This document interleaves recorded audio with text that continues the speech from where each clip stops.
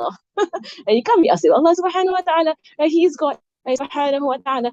So if He has made something compulsory on us, it is compulsory on us. If Allah subhanahu wa ta'ala has decreed things to be compulsory, compulsory on us. So subhanallah. So for rida was sakhat junun. It is craziness, to be upset with Allah subhanahu wa ta'ala. It is craziness to not have rida with any of the 6 things. It is craziness, subhanallah. And if you think about it, of course, rida Allah is your Lord. I have no other choice. Rida with Islam as a religion. Because Allah has chosen Islam as your deen, right? That Allah has rida with Islam as your deen, right? And there is no, for the one who takes a deen other than Islam, it is not accepted from him. All of this is from the Quran. Allah Himself says so, right? Rida with our Prophet as our leader and our guide, and we have no other choice also with regards to this. Rida with the Quran, right? as our guidebook and our imam through our life. No other choice is like this, right? Everything is without choice. There is no choice. Because anything besides this will lead to destruction necessarily, right? And so that's why there is this verse, this verse you're coming into, right, that emphasizes the first 6. Right? So وَتَبَرَّأْنَا مِنْ كُلِّ دِينٍ يُخَالِفُ دِينَ الْإِسْلَامِ. Right? And we are free. We declare ourselves free. Any religion or way that is contrary to the way of Islam. And here in our aqidah that we recite every Maghrib, between the Maghrib awrat, there is this aqidah part in the middle, right? Where you go, Sadaqallah wa Sadaqa Rasul, Sadaqallah wa Sadaqa Rasul, Sadaqallah wa Sadaqa Rasul, Amantu bi Shari'ah, wa Sadaqtu bi Shari'ah, wa Amantu bi Shari'ah, wa every Maghrib we already right. Every Maghrib is on the radio, right? And then every Maghrib you did it. Now like Amantu bi Shari'ah, Wasatu bi Shari'ah, it's okay, right? Shari'ah wa Sayyidina Muhammad. I forgot what they say. Every Maghrib, khulasa, Shari'ah Wasatu bi Shari'ah. Wa in kuntu qultu shay'an khilafu ijma'u raja'tu anhu wa takhallaf بكل دين يخالف دين الإسلام, and then بما أنه حق عندك مما تعلم أنه باطل عندك فخذني مني جملا وتولدني بالتفصيل. أستغفر الله. Yes, al-hadat and everything. Then there's this part, right? This part is the aqidah. It's like a pledge. It's like a pledge you do every single day to remind yourself, and that is the benefit of repeating aqidah every single day. So you need to translate whatever is said there, right? So amantu bi Shari'ah, wataqaddasu bi Shari'ah. I believe in the Sharia, and I affirm the Sharia is true, right? See now I forgot the next line. So fast again.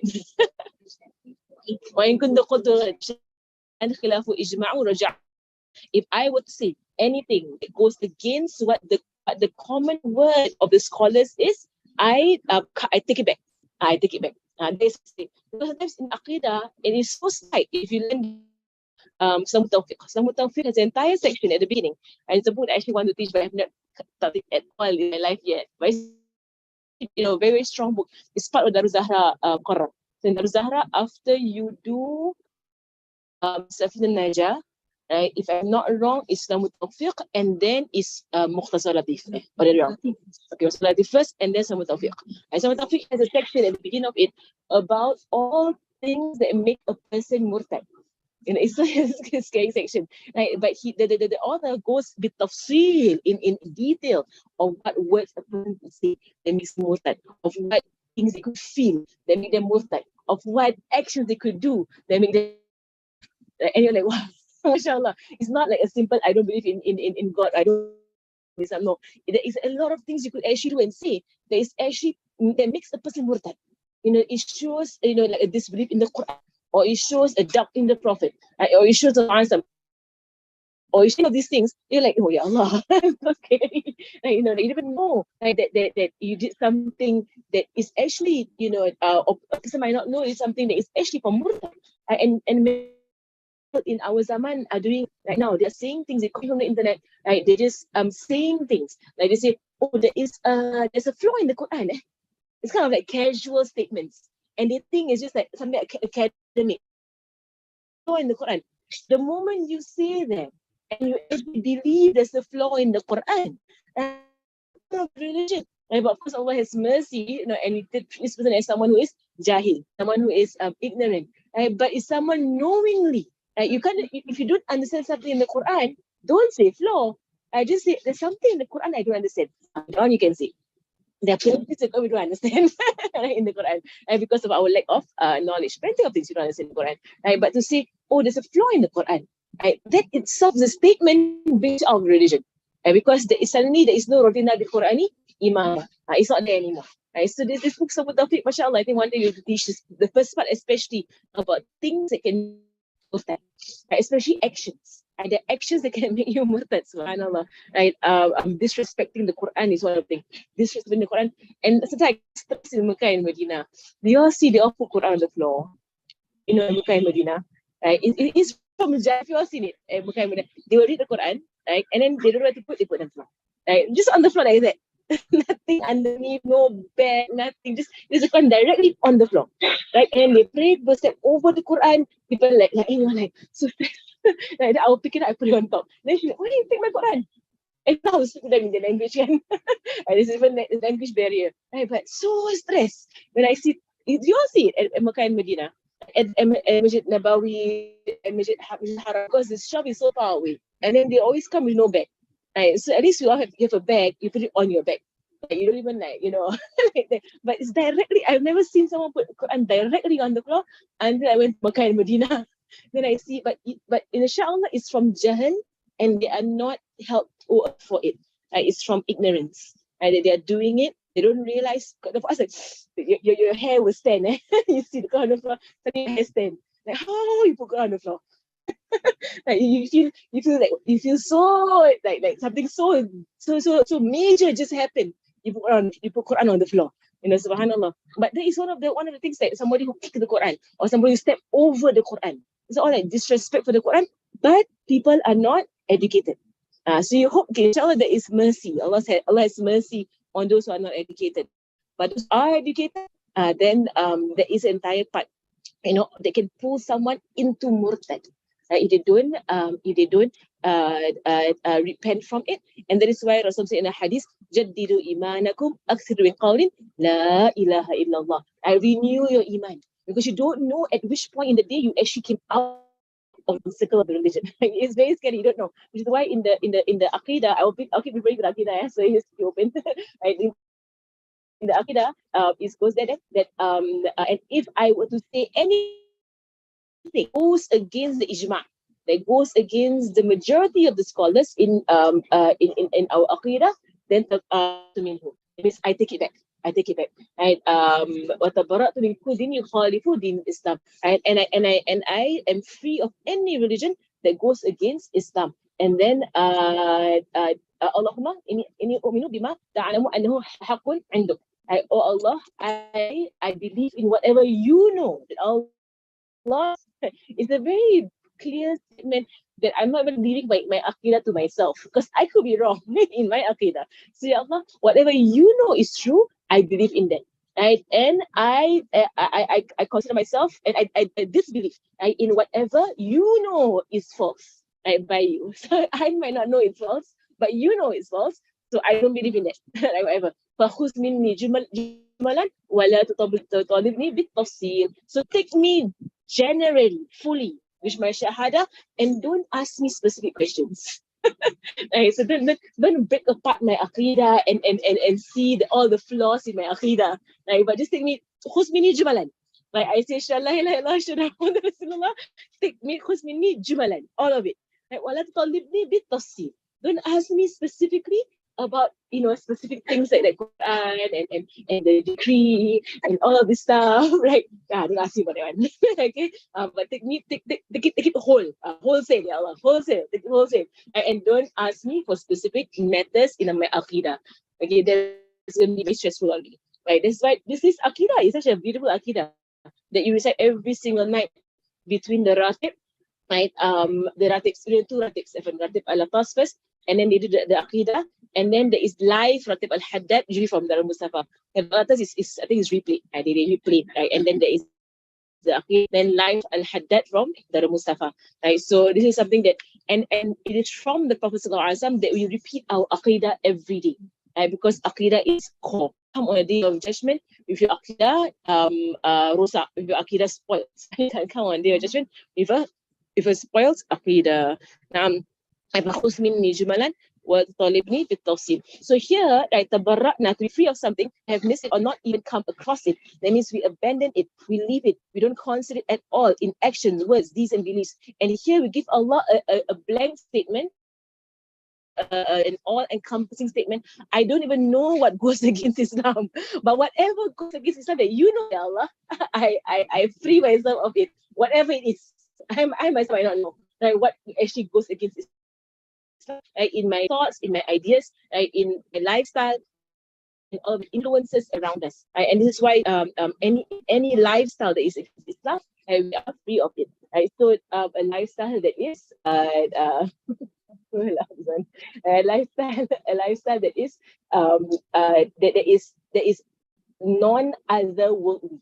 That is what is against Islam. A non-otherworldly lifestyle. Very beautiful. Yesterday, Sid Hamid, Habib Omar's son, Sid Hamid he presented his paper during Multaqa, right? And he spoke about humanity. You all heard that there is a translation, I think, on 97.5 FM in English. I think Malay is what? Malay is what? The radio? 107, was it Malay? He was speaking about humanity, yes. And he defined humanity from the point of view of the West, the Western ideology of what is humanity, and he defined humanity from the point of view of Islam. Because if you want to speak about humanity, because this year's Multaqa is about finding the common denominator or finding commonalities between us and non-Muslims, and what is common. Right? And the many things that are completely uncommon. Why? Because we are believers in the Akhirah. Right? So everything that we do is motivated by what we know will happen in the Akhirah. Right? And whatever they do is motivated by dunya. Right? So that in itself, that is its core in it, is makes us different from them. Right? So he was saying about humanity, and he said that for the non-Muslim, and mashallah, he used very strong words, right, with regards to the secular ideology of humanity. He does these things like, أحمق, هذا أحمق, يعني إلى غاية الحمق, which means this like it is idiocy. It is idiocy to the end of it being of them being idiots. This is how they speak, mashallah, because it's all dunya. It's all dunya. So I said, mashallah, to my husband, it sounds okay in Arabic, If you say in English, you sound like you're saying a bad word, like idiot. We're all idiots. So that's what ahmaq is in Arabic. Ahmaq. Right? These are people who are just like right? The safi is the foolish person. The ahmaq, right, is the idiot lah. Like, but he wasn't saying the word quite a bit. And like even in Arabic, he says juhal, right? Juhal, like jahil haula, right? They are ignorant, right? Or you say hada ghaba, right? It's stupidity, right? They do these kind of words. In English, you're like, it does sound kind of crude. English, but in Arabic it sounds okay. You could actually say it as a kalima. You could say it in a khutbah in Arabic. But in English, because maybe our words are more crude, in English language, it doesn't sound so nice in English language. But he was saying that humanity and this is what we say about tabarrak now, okay? When we define humanity, it's called insaniya. Insaniya is humanity. That's what insan. Insaniya, humanity. He said that, with regards to the Western ideology of humanity, it is basically, for every human to have a freedom to pursue their happiness. Right? That is the definition of humanity in the secular context. For every human being to have the freedom or the right to pursue their happiness. Right? And he said, this is complete idiocy. It is hamaq. Right? It is complete idiocy. Because why? If every human being is given the full right to pursue their happiness, on whose definition is happiness, right? What is happiness, right? So I mean, this is why right now someone says I'm a cat, and I'm happy being a cat. Right now is our zaman. zaman. If you're not aware of this is going on in our zaman, this is going on in our zaman. If you all heard, right? Like you can claim to be whatever you want to do that makes you happy. Right? So this nonsense began by them saying, oh, I claim to be male, I claim to be female, I claim to be genderless. I'm an amoeba. I have no gender. Amoebas have no gender. Right? But they say, I'm gender fluid. Gender fluid. What in the world? Right? It's just, but because they say, you know what? I define who I am. That is the modern day ideology. That is what humanity today has led human beings to. It's complete. You see, it's so ridiculous. why it has come to in this zaman. So because they open the door to people claiming what gender they are, right? Say, oh, gender is not biological, gender is mental. Okay, mental case. Like gender is mental, not biological. Right? So, what in the world? Right? So they open the door. Then now, okay, I don't want male or female. One male or female. Then what? They call they. I'm not he, I'm not she. I'm called a they. Why can't I call it it? They won't say it. Can I call it it? No, call her, call him or her, or they, call them they. And they insist must call them they. Right? Just call them it. I call it it. Right? Even for cats also. I do call cats it. Right? Or she, I call my cat she. If it's a female, I say she. Right? But Allah Alam. And then open the door. Do you see how human beings are? Because they use their own intellect to place all the hudud, all the boundaries. Is their intellect. So when the nafs wants something, the nafs pushes the head. The nafs is one that pushes the boundary to the point it becomes so ridiculous. So now from people saying, okay, I have choice to choose my gender. That's my right as a human being. It's under humanity. It's my right to choose my own gender. I define myself as male today. Or in the morning, I define myself as female. Or in the afternoon, I define myself as female. And at night, I define myself as a cat or something. And there are people who do that. They actually define themselves as animals. And it's like animal the entire day. And then someone put a post on like if they cat, give them cat food. Go and buy cat food. Give them cat food. Right. So and is that they expect others to respect them. Respect my self-identification. Right? Then you are oppressing me because it is my nafs that tells me, or it is my soul. I am a cat born a human body. La ilaha illallah. It's all, I'm not making this up. I'm not making this up. It is real. It's going on in our zaman. It's literally going on in our zaman. Subhanallah. And that is why, she said Hamid, right? He was talking about humanity yesterday, and he was saying humanity basically says that every human has the right to pursue what makes them happy. That is ridiculous. Because you open that door, right? This is what you end up with now.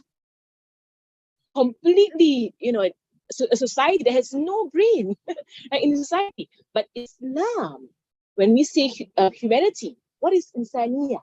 In humanity, right? It is the freedom for every human being to follow subhanahu wa ta'ala. That is our definition, right? That is humanity. It's a freedom, the freedom for every human being, right, to pursue their relationship with Allah subhanahu wa ta'ala, to be a slave of Allah subhanahu wa ta'ala. That is our definition. Right? So we can't even talk together with non-Muslims because we have different definitions. Right? For there is no God as a goal. There is no akhirah as a goal. Right? For us, necessarily, everything in our life, right, akhirah is our goal. Right? Allah is our goal, subhanahu wa ta'ala. So as a humanity, like if you prevent me from praying, and there is no humanity there. Right? If you prevent me from my sustenance, from my rizqi, there is no humanity there. Right? Because I am striving my hardest to walk this path of slavehood, right, to Allah subhanahu wa ta'ala. So you don't have a right to stop me, right, from being Allah subhanahu wa ta'ala. Right? Whereas on the other side, if they say, one has the right to stop anyone from pursuing their happiness, then, what is happiness to human beings? Like human beings, you think what is happiness is to laze around the entire day. That's what a nurse loves, right? This the whole day, don't do anything, just stays around, right? And responsibly just throw out the window, don't care, right? Whatever. And this is what the nurse wants. And then what will you end up with? A useless society, right? Completely useless society. And that is what was predicted by Rasulullah sallallahu alaihi wasallam, right? That it is called the marhala hutaiya. It is called the useless phase in human society. We're in we're in that zaman, we're in the useless zaman. A lot of uselessness, because people, what will they do? They play computer games. They watch TV. They watch movies. They Allah, now they're going around talking about all this personal identification and some sort of crisis going on in human beings. It's like Shaitan is like clapping his hands and laughing at the human beings. What kind of people are these? So we define everything of ourselves by Islam, or by Islam. And we can't go to any other way that is non-Islam. Why? Because they don't focus on the akhirah. You hear Syed Hamid was so good, mashallah. So good, Syed Hamid. He really broke it down, right, about humanity. Subhanallah. So you free yourself. Right? So with regards to this, right, so we hold on to Islam, hold on to the Islamic way of life, right? So not in compliance to the religion of Islam. So what is not in compliance to the religion of Islam? Whatever is against the teachings and the way of Rasulullah sallallahu alaihi wasallam. This was touched upon by Habib Omar last night at the Khatam, right, during the closing ceremony of the Multaqa. He touched on this, that for us eventually, right, we have to go back to our Prophet sallallahu alaihi wasallam, no matter what, and no matter what people say, no matter what they do, no matter what they claim, we get our definitions from our Prophet sallallahu alaihi wasallam. Our mafahim, our understandings is only from one person, and that is our Prophet sallallahu alaihi wasallam. Nobody else can define things for us, right? But except for our Prophet sallallahu alaihi wasallam. If what they define is in line with what he says, marhaban ahlan wa sahlan, we have a common ground to speak about. If what they define is against what he says, then we have no common ground, right, to speak about. Right? So in Islam, happiness, sa'ada, happiness or eventual happiness, ta'atullah wa ta'ati rasulihi. It is obedience to Allah and obedience to His Prophet sallallahu alaihi wasallam. That is ultimate bliss. That is Islam, ultimate bliss. And if only we just trusted that, that if you really want happiness, you really want happiness in this life and the hereafter, they sami'na wa ata'na. Wa ata'na, and don't resist. Right? Don't have any sakhat, don't have any unhappiness. Just be very happy. You have to wake up early in the morning. Be very happy that you have to cover your aura in hot weather. Be very happy you have to wear socks for your chafi. Like, be very happy. Like, it's so hot to wear socks in Tarim. It's so lazy to wear socks. But it's just like, but it's aura. It's aura. And you gotta cover your feet. But when you get home, it's so sweaty, mashallah. But you're happy. You're happy. Why? Because you're given guidance. It's hidayah from Allah subhanahu wa ta'ala. And what is hidayah except love from Allah subhanahu wa ta'ala? Allah is showing love. It's like a parent, when you put boundaries on your children, it's a sign that you love them. Like, you don't want them to hurt themselves. Right? And Allah puts boundaries on us. It's a sign of His love for us, so we don't hurt ourselves. So subhanahu wa ta'ala, it's by love that you place boundaries. It is called negligence outside there. Negligence when a parent does not place boundaries on their children, or does not care. Like, where is my child? What's my child doing? I have no idea where he is right now at 10 p.m. at night. That kind of thing. And there are parents in our zaman who are like that. They don't even know what the kids are up to. I have no idea. Yesterday during the Multaqa in Darul Hadza, there's a Multaqa going on, but past 2 days. Like one of them was mentioning about checking your child's phone all the time. And the other one was saying, don't even give them a phone. I was like, you gotta know what's on your phone. And the other one was like, don't even give them the evil device. I just don't give to them, until they are old enough, like, to get married. And then in their married life, they can have their phones if they want to, but I'm not buying it for them. Mashallah. And there are people here, who is like her daughter, 18 years old, no phone, and no interest in phone also. No phone and no interest in phone at 18. I was like, 18, mashallah. She reached up to 18 years old, and still not have a phone. We have a goal, no phone for you Okay, until you get married, right? And then you can buy your own food. You work, you get married, you can buy your own phone after that. I'm not gonna buy for your phone. I won't pay for your bill. You pay for your own bill. No, mashallah. Right? My parents were like that. They made us pay for our own bills. They never, this kind of thing. You want phone, right? Then your own earnings lah. You earn some money. You should give tuition out. My siblings and I used to teach. Whatever you earn, right? As youth, as teenagers, right? It's your own money, right? Your own money, not the responsibility of parents to get you anything. My parents were like that.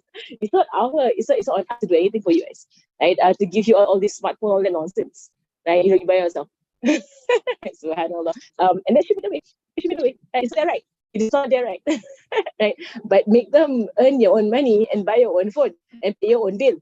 Subhanallah. Don't ask from me. So anyway, not implying the religion of Islam, what is in compliance, what goes against our Prophet Sallallahu Alaihi Wasallam. He is our master. He is our source. He is our source of everything. Sallallahu Alaihi Wasallam. He is our marja', our reference. Sallallahu Alaihi Wasallam. No matter what the world says, no matter what the world says. So unfortunately, in our zaman, because people are far from our Prophet Sallallahu Alaihi Wasallam, they're not learning what our Prophet teaches us, Sallallahu Alaihi Wasallam. And the science of hadith is one of the most neglected sciences in our zaman. For the common person, if you just go out there, the common person, how many hadiths do they know? I just go back to Singapore, Malaysia, go to the UK, go to the South Africa, ask the common person on the street, a Muslim, how many hadiths do they know? Can they count 5 hadiths in one hand? Most people can't. They can't tell you 5 hadiths on one hand. That means how much have we been following our Prophet Sallallahu Alaihi Wasallam? Hadith collection is core. Is core knowing of what he told us. That's why the Sahaba put in so much effort into delivering or preserving hadith. And here in the Mustafa and the Zahra, the first thing you do is put you on books of hadith. The first thing you do, and then the Ibtidai, straight away, you have all the, and even the Dawra, straight away, hadith. Why? To connect you to Rasulullah Sallallahu Alaihi Wasallam, so that you have this constant teacher that is with you, and he is our teacher. Sallallahu Alaihi Wasallam. He's always with you, and his words in your head. And so wherever you go, it rings in your head. Wherever you go, al-halal al-bayn wal-haram al-bayn wa baynahuma umur mushtabihat. Halal is clear, haram is clear. Between them are grey matters. Mataqa shubahat. And whoever is fearful of the shubahat, then he has now saved his religion and his honor. But whoever stands in the shubahat, he has fallen into the haram. Memorize that. So straight away, when you do anything in your life, you know what? There's a shubahat here. There's something that's unclear here. I don't know halal or haram. I just don't know. So any ideologies, any mentalities, anything is going on in our dunya. And to spread to our young, to our children. When they hear all this nonsense out there, it's rubbish. It's rubbish out there. And when they hear it, straight away there is a himaya, there is a protection. From who? From the Prophet Sallallahu Alaihi Wasallam. He is giving out protections to us. We hold it. And we say, you know what? Our Prophet Sallallahu Alaihi Wasallam said this and this and this. Okay, khala, that is enough for me. He said already, enough for me. He Sallallahu Alaihi Wasallam said that ittaqillah haythuma kunt. Have fear of Allah subhanahu wa ta'ala wherever you go. And if you do a bad deed, follow up with a good deed. So these are the words that should ring in your head. It should ring in your head. He said that the most hated person to Allah subhanahu wa ta'ala is the stubborn, quarrelsome person, always quarreling and on falsehood. These things ring in your head.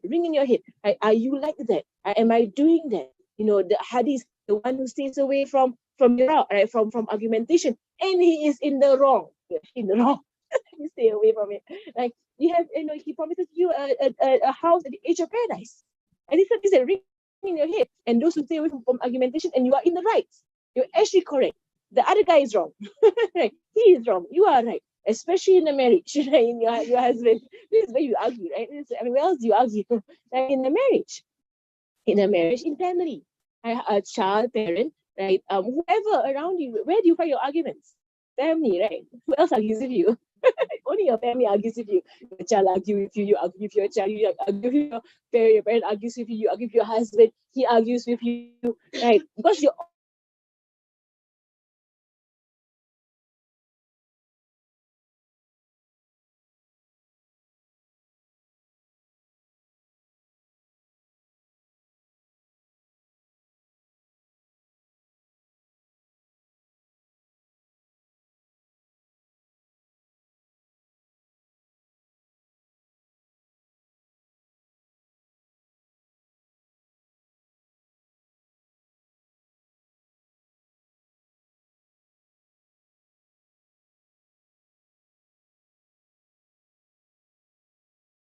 always stepping on the argument, right? Because it's this on that happens in this. Just to play yourself to be correct. Because you want a house in the middle of paradise. But even if you're wrong, at least a house.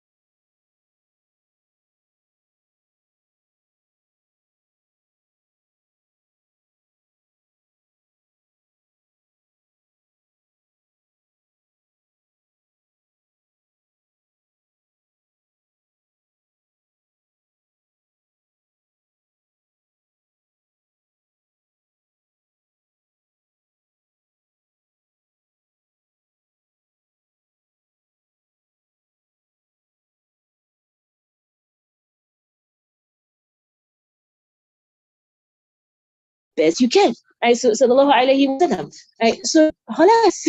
Halas. It answers all your questions. Can I do it this way? Can I do it that way? Must I do it this way? Must I do it that way? What's the answer? Do the best you can. It's from him. Sallallahu alayhi wasallam. I said for the answer, can I do my wirid without covering my head? My wirid, without wudu. Can I do my wirid without technically up to you? It's wirid. But comes the hadith, do the best you can. That's your best. Okay. That's your best. If you have a higher best, I have a higher best. Like, what is your best? Right, subhanallah. I so the best you can. And that basically covers everything. So I have children, I have how to do. Okay, Tama, the best you can. Right? One principle. Right? One principle. Then you're a mother, you're a wife, you're a student, whatever you are, the best you can. It's one answer. It's one answer. Right? Without, imposing on people what they cannot do.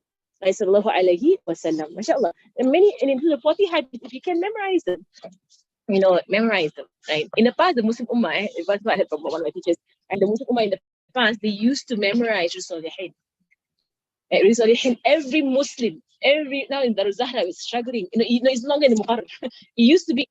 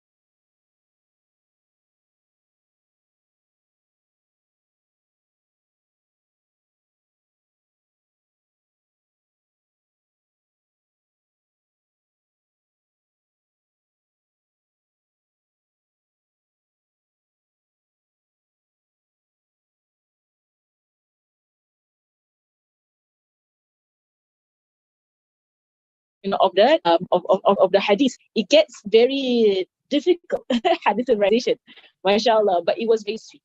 I found it very sweet to memorize hadith. There is a sweetness in hadith memorization. Um, at least At least you memorize English, you can do the Arabic, the English, and at least know the flow of the hadith and know how the hadith goes. So, for example, the hadith of halal and haram, right? So you know how it goes, right? It goes that halal is clear, haram is clear, between them, gray matters. Is the first part of the hadith. Second part of the hadith, right? The one who stays away from the gray matters, they have saved their religion and their honor. So all beautiful words of Rasulullah sallallahu alaihi wasallam, mashallah. Like they have saved their religion and their honor. Because going into doubtful matters destroys your dignity and your honor. Subhanallah. And then the third part of the hadith, whoever goes close towards the gray matters and these doubtful matters, right, they fall into the haram. Right, because it's step by step into the haram. Right? And the fifth part of the hadith, right, whereby he gives the example, right, like a shepherd, right, who brings his flock near the forbidden land of the king, right, the forbidden land of the king. And then now come the next part of the hadith. So when you memorize hadith, you know how it flows, And then isn't it every king has it, this land, and that Allah's forbidden land is what He has made haram. And the hadith ends off with the crux of the matter. Right? What's the crux of the matter? Isn't it in every physical body there is a mudghah, there is a flesh. If it is sound, the whole body is sound. If it is corrupt, the whole body is corrupt. Isn't it the heart? It's a beautiful. You memorize it. And you're like, okay, at the end of the day, the matter of halal and haram goes back to what? Taqwa. It's taqwa. If there is taqwa in the heart, you run the other way when you see haram, and you don't even consider what is shubhat. You won't even consider. You only say what is clearly halal, I go for that one. And that is somebody who they have preserved their deen and their ilm. They have preserved their religion and their honor. MashaAllah. And so hadith is you say is kunuz. Is treasure of the treasure of the treasure.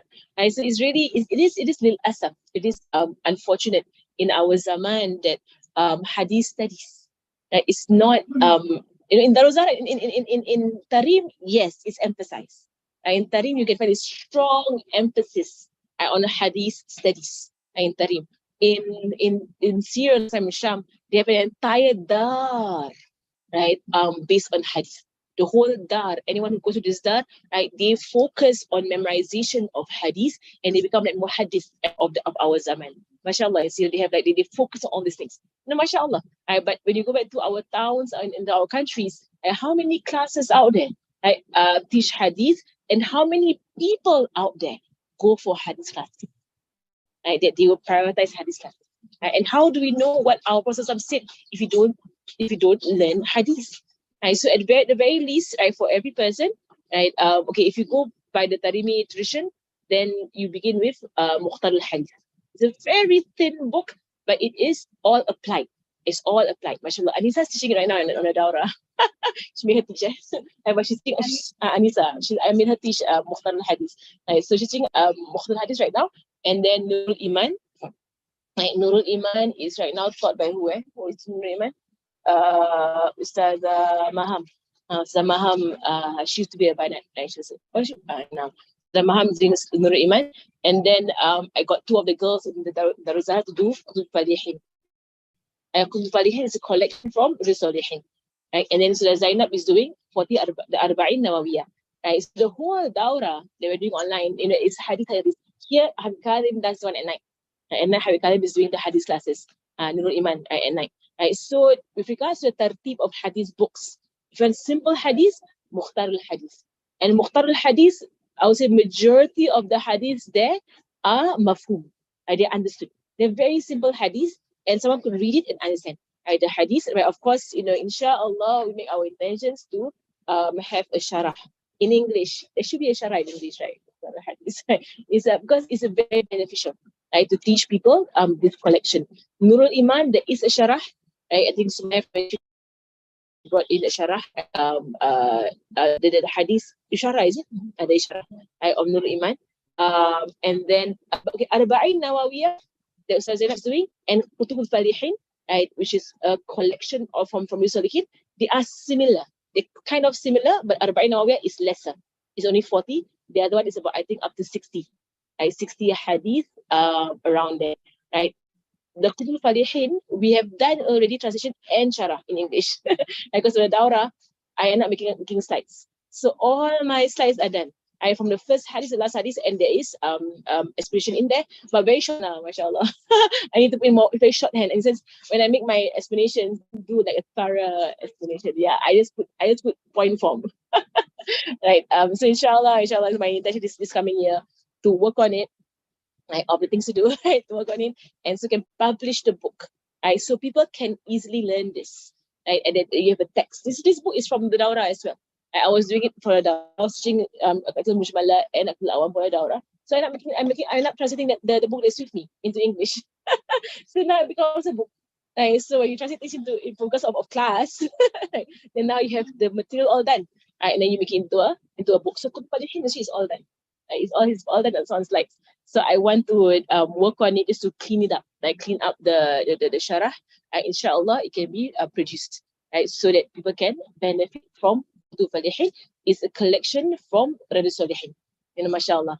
But the Arba'in Nawawiyah that Zainab is doing, Al-Wafi, the sharah that she's going through, is in English. Alhamdulillah, it's in English. Al-Wafi, yes, Al-Wafi is translated.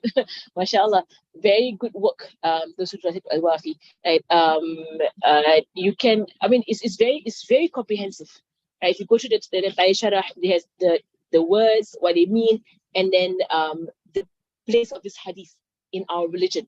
I do say this is a masdar, this is a core hadith in this hadith. One 4 hadiths around which character circulates. Right? So all of good character, all of akhlaq is based on 4 hadiths. So mashallah, I mean, Al-Wafi is very beautiful. It's true, but it's very wordy, mashallah. So mashallah, every hadith we have a lot of discussion. Have you seen the book Al-Wafi? It's so much discussion, mashallah. And then at the end of every hadith, there is the benefit of the hadith and its application in life. Right, these are all very beautiful hadith books that if you can get your hands on it. Okay, right. So what is in compliance with Islam is whatever our Prophet ﷺ has brought to us. Okay, so for example, in the first 3 thawabit, so you see Iman, Islam, and Ihsan. They call it the thawabit. Thawabit is what is firm and unchanging in our religion. There are 4 components of our religion, right? Islam, Iman, Ihsan, and Alamat al-Sa'ah, right? And the signs of the hour, right? That is all from Hadith Jibril. And now the Mutaqa, the whole thing of Tahawun. And the entire Mutaqa is how the whole Mutaqa. I think it's really because of the death of Habib al-Alani that now the knowledge is rising. It's rising, and people are paying more and more attention to the knowledge of the end of times. Right? Whereas, he's been working on this for years. For 20, 30 years, it's been his life work. but only it's the way of the righteous. Only when they pass away, then you'll find that people are now celebrating them and celebrating their works only after they pass away. And while he was alive, people were looking at it, were paying attention, but not as much as now. Now everybody's like, what did he say? What is it about? And he came to Tarim. He did a dawrah on a nubza in Tarim. He did it with the women as well, with the men as well. He did it. He was right here in 2015. I went for the dawrah. I didn't answer a single thing, right? But I went for it. It was so hard to understand at the time. And mashallah, but he came and he tried his best to spread it. Only after he passed away, then now people are like, what is this knowledge? Mashallah. But alhamdulillah, and someone is an alim of our time, an alim of our zaman. And that so he mentioned the three things that are firm in our religion that cannot be changed at all with time. Time does not change these 3: Islam, Iman, Ihsan. Right? So Islam is our Sharia, Iman is our Aqidah, and Ihsan is our suluk, our akhlaq. Right? So what is Iman? One creator, regardless, one creator. That day someone sent me a video. Ya la hawla wa la quwwata illa billah. It was in Malay. I have it on my phone because it was posted on one of the Answers group in Singapore. So apparently it's a trend right now. I'm not sure. It's the Sleeper Sound Malaysian, right? Whereby they say that Muhammad, Rasulullah sallallahu alaihi wasallam and Allah are one. They are one and the same. Have you heard it? You just saw. Yeah, like what in the world? In Malay, it was in Malay. There was this guy and his wife, right? And there's a group of them who are doing this, right? Whereby they believe that Allah and Rasulullah are the same. And they we have been cheated. La hawla wa la quwwata. Are the same. It is such a like when I saw the video, they don't even provide any dalil. There's no dalil lah, basically. I'm sure there's no dalil. There's no dalil, not aqli, not naqli, because in aqidah, you can have a dalil that is naqli, that is from Quran and Hadith, and or a dalil that is aqli. Right? This is غير معقول. It's not even something that you can even understand this. Right? Subhanallah. Huh? Yeah, like what? Like how in the world did they come to this nonsense? It's nonsense. Allah and Muhammad are one. They are one. Oh, yeah, Allah. And there is no substance to the entire video. It is that spreading to everybody that we are cheated, that we think that Rasul is separate from Allah subhanahu wa ta'ala. So, you know what? Sabit, one creator. One creator. He is Allah. He is Allah. Nabi Muhammad is his creation. Okay? He is makhluk. He's not khaliq. He is makhluk. They are different. This is like coming into society. Like for them to make like Jesus and God and Trinity and it's all one but three, right? Before you know it, they'll start saying Jibril all together one. Maybe they'll say Jibril, Nabi Muhammad, Allah, all one. La hawla wa la quwwata illa billah. Right? It's such a facade. But it's so ridiculous that people actually the thing that is troubling is that people are buying it. That's troubling. It's so ridiculous. You think, why in the world? But the thing is that people are buying it. Why? And why are they believing this? Ignorance, but to the point, I mean, even if they're a child, even if speak to a child who knows, and most children have no clue. They say, who is God? Some kids do that. They have no clue what they're saying. Then you correct them. No, Nabi Muhammad is prophet. A person is a man. You say to them lah, Allah is God. Allah is able to do everything. But I teach you this. They do confuse. They're like, who is God? Nabi Muhammad. So you correct them. Right. But older children, if you tell a child who's in primary school right now, 9 years old, 10 years old, right? If you say to them, Allah and Nabi Muhammad are the same, your child will be like, no. Right? I mean, your child will say, no, nonsense. What such thing? Allah is Allah and Nabi Muhammad is Nabi Muhammad. Right? Nonsense. Right? So that is what you call firmness in the religion. So really, even if it's jahl, right? It's really jahl to the point of like they never learned the aqidah in their life, like never done the 20 sifat, never, actually gone into the understanding of ilah, what is an ilah, and what is God, what is a khaliq. That is in the Quran, that the biggest proof of a being God is that he creates. Right? And Allah the Quran says many times, look at what they worship. Do these things create? Do they create? No, none of them create. Ask them who created the heavens and the earth. They will say Allah. They will not say the idols. They will say Allah. Right? There is Allah's proof to us. He is the creator. He is God. Does Nabi Muhammad create? Of course not. All is a mu'jizat on his hand. Allah creates, subhanahu wa ta'ala. But it's firmness in aqidah. It's firmness in aqidah, which many people, Allahu Alam, was going on in our zaman. It's so disturbing when I saw the video. It was so disturbing. Why? It's غير معقول. It doesn't make any sense at all. But it's being spread, and I hope it's not a big group in Malaysia who's believing in it.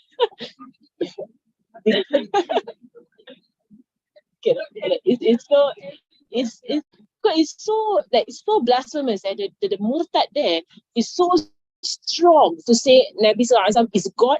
He is Allah. Nabi Sallallahu Alaihi Wasallam is Allah, and Allah is Nabi Sallallahu Alaihi Wasallam. Wala hawla wala quwwata illa billah. Where is the shahada? أشهد أن لا إله إلا الله وأشهد أن محمد رسول الله. If you say that the same name, the shahada means what? Right, means what? There's no meaning to shahada that after you correct. Subhanallah. But it's really you're really wondering how are people convinced? It's to the point the jihad is so extreme. How in the world are they convinced? Subhanallah. Wala hawla wala quwwata illa billah. Right. So inshallah, I always finish it off and then next week go next one. Right. This life is a test. That is part of our aqidah. Life is a test. It's a big test. It's a qasida. It is a child song. Right. How it goes. Yeah. It's an old nasheed. VPS old nasheed. It's a big test. Something like that. There's a line in there that goes something. And life is a big test. I remember that one line. I can't remember how the nasheed goes right now. But it's a kid song. It's a kid song. Can. I don't like there is one song that goes. It's an old song. It's an old song. And in that is, but till now, since I grow and it's my head, it's a big test. It's a big test. Mashallah. It is. If a child comes to you and say, so difficult, is this, that? Yeah, life is a big test. The songs. This is one of the songs that goes that way. We believe in the unseen. Right? Nobody can tell us there are no angels. Yes, there are angels. Nobody can tell us there are no jinn. Yes, there are jinn. Right? As Muslims, we don't believe in ghosts. We believe in jinn. Right? So jinn is a ghost. Now what else are the ghosts? Jinn. Right? It's a ghost. Jinn. A'udhu billahi minash shaitanir rajim. They run away. Ayatul Kursi, run away. Right? We have firmness in front of them, run away. And say, oh, ghost, there's a ghost there. Or there's a monster there. It's called shaitan. Right? Not monster, shaitan. And they say, A'udhu billahi minash shaitanir rajim, run away. They're scared of you. Right? The Prophet said next word, there is our iman is unshaking, unchanging to the day of judgment. Cannot change. Prayers, fasting, haram, modesty, the law of Islam, all of these things unchanging. Nobody can tell us otherwise, right, about our sharia. Ihsan, what's right and what is wrong. Only Allah and the Prophet tells us what is right and what is wrong. Right? And nobody tells us otherwise. Right? That is why in Islam it is very firm. Okay, so inshallah, we will go on into the next section, inshallah. Barakallahu feekum. We're almost finishing our Aqidah Mushmala, which inshallah is good. They can go into our okay. The name of the hadith I mentioned. Oh, I mentioned many hadiths. Book is it? It's on our somebody asked me what hadith books I mentioned. I mean, so many hadith books. There's so many hadiths I mentioned. But really try your best to put an effort to learn hadith. Right? So if it's once a week, like to have a class on hadith, that will be beneficial. Right? So at least you're always, in front of the Prophet Sallallahu Alaihi Wasallam and studying from him. Right? Because hadith is you in front of Rasul Sallallahu Alaihi Wasallam studying from him. Inshallah. Yes, correct. That's correct. I say after study khala. Okay. Okay.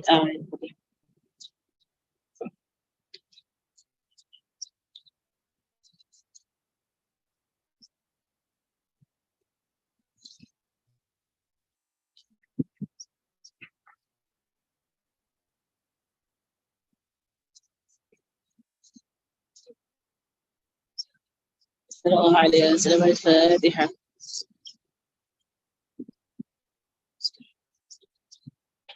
بسم الله الرحمن الرحيم. سبحانك اللهم وبحمدك أشهد أن لا إله إلا أنت أستغفرك وأتوب إليك. وصلى الله على سيدنا محمد وعلى آله وصحبه وسلم والحمد لله رب العالمين. السلام عليكم ورحمة الله وبركاته.